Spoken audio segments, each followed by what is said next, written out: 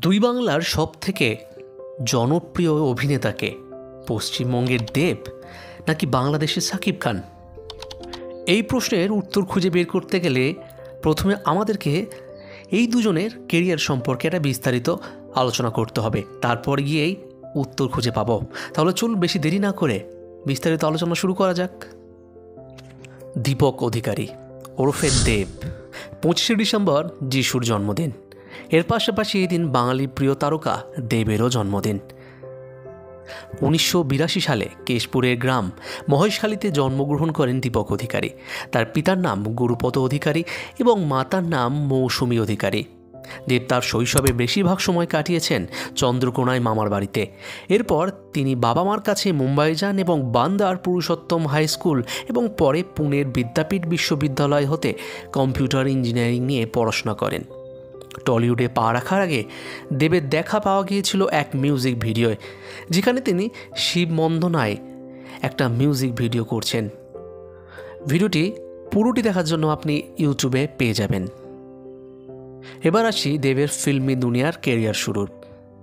দেব ফিল্মি দুনিয়ার কাজ শুরু করেন আব্বাস মাস্তানের টারজান দ্য ওয়ান্ডার কারের সঙ্গে। এই ছবি সেটে অবজারভার হিসাবে কাজ করেছেন তিনি। এরপর বাংলা ছবিতে নিজের ভাগ্য পরীক্ষার জন্য কলকাতায় চলে আসেন দেব। টলিউডে দেবের প্রথম ছবি অগ্নিশপথ, যেখানে দেবের কোস্টার ছিলেন রচনা বন্দ্যোপাধ্যায়। ছবিটি বক্স অফিসে একদম মুখ থুবড়ে পড়েছিল। 2007 সাল মুক্তি পেল আই লাভ ইউ। এই ছবি বাংলা ফিল্ম ইন্ডাস্ট্রিতে নতুন ইতিহাস লিখেছিল। দ্বিতীয় ছবিতেই বাজিমাত করেছিলেন দেব। তারপরেই রাজ চক্রবর্তী চিরদিনই তুমি যে আমার ছবিতে প্যান্টেতালি গানে আইটেম নেচে দেব আক্ষরিক অর্থে টলিপাড়ার প্রথম আইটেম বয় হিসাবেও পরিচিতি লাভ করেন। অভিনেতা প্রযোজক হওয়ার পাশাপাশি দেব জনপ্রতিনিধিও। 2014 সালে ঘাটাল লোকসভা কেন্দ্র থেকে তৃণমূল কংগ্রেসের টিকিটে নির্বাচনে তিনি জয়ী হন। দেব গানও গেয়েছেন। প্রথমবার খোকা 420 ছবিতে খোকা চালু চিজ গান গেয়েছিলেন দেব। এরপর চ্যাম ছবিতে দেখো দেখো চ্যাম গানটিও গেয়েছেন তিনি।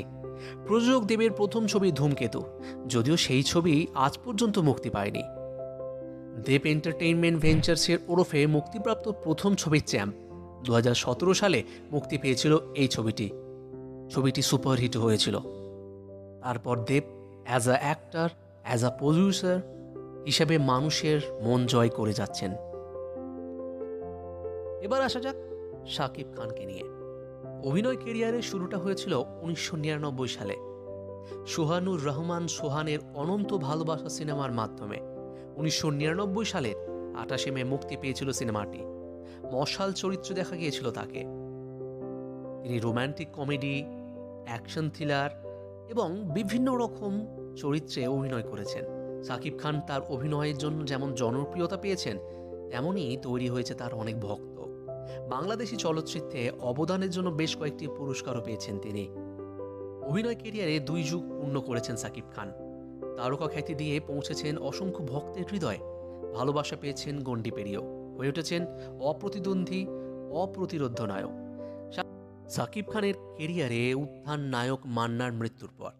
খোঁজ নিয়ে জানা গেছে 2007 থেকে 2008 সালে তার 29টি সিনেমা মুক্তি পেয়েছিল, যেগুলোর প্রায় সবকটি ছিল ব্যবসা সফল। 15 কোটি টাকার ব্যবসা করেছিল প্রিয়া আমার প্রিয়া সিনেমাটি। বদলে গিয়েছিল ঢাকার সিনেমার চেহারাটি। শাকিব খানের কেরিয়ারে তার সফলতা এবং প্রশংসা তাকে বাংলাদেশে একজন অত্যন্ত প্রিয় এবং সম্মানিত ব্যক্তি হিসাবে স্থান করে দিয়েছে। এই অভিনেতারই কেরিয়ার গ্রাফ একটু বিশেষভাবে মনোযোগ সহকারে লক্ষ্য করলেই দেখা যাবে দুজনেই কিন্তু বক্স অফিসে সফলতা অর্জন করেছেন। এখনও কিন্তু তারা সুপারহিট সিনেমা দিয়ে যাচ্ছেন।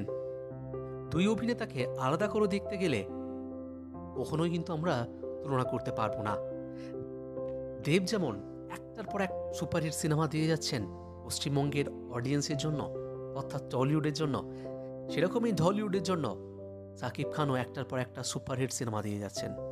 দেব তার নিজের প্যান ইন্ডিয়া মুভি রিলিজ করিয়ে সুপারহিট করিয়েছেন, তেমনই শাকিব খানও প্যান ইন্ডিয়ার দিকে নিজের মুভি নিয়ে যাচ্ছেন।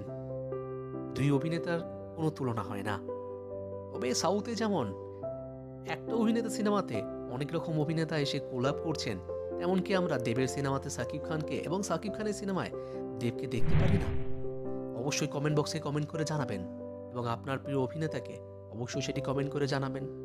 ভিডিওটি প্রথমবার দেখে থাকলে অবশ্যই চ্যানেলটি সাবস্ক্রাইব করে বেল আইকনটি ক্লিক করতে কিন্তু ভুলবেন না। দেখা হবে পরবর্তী ভিডিওতে।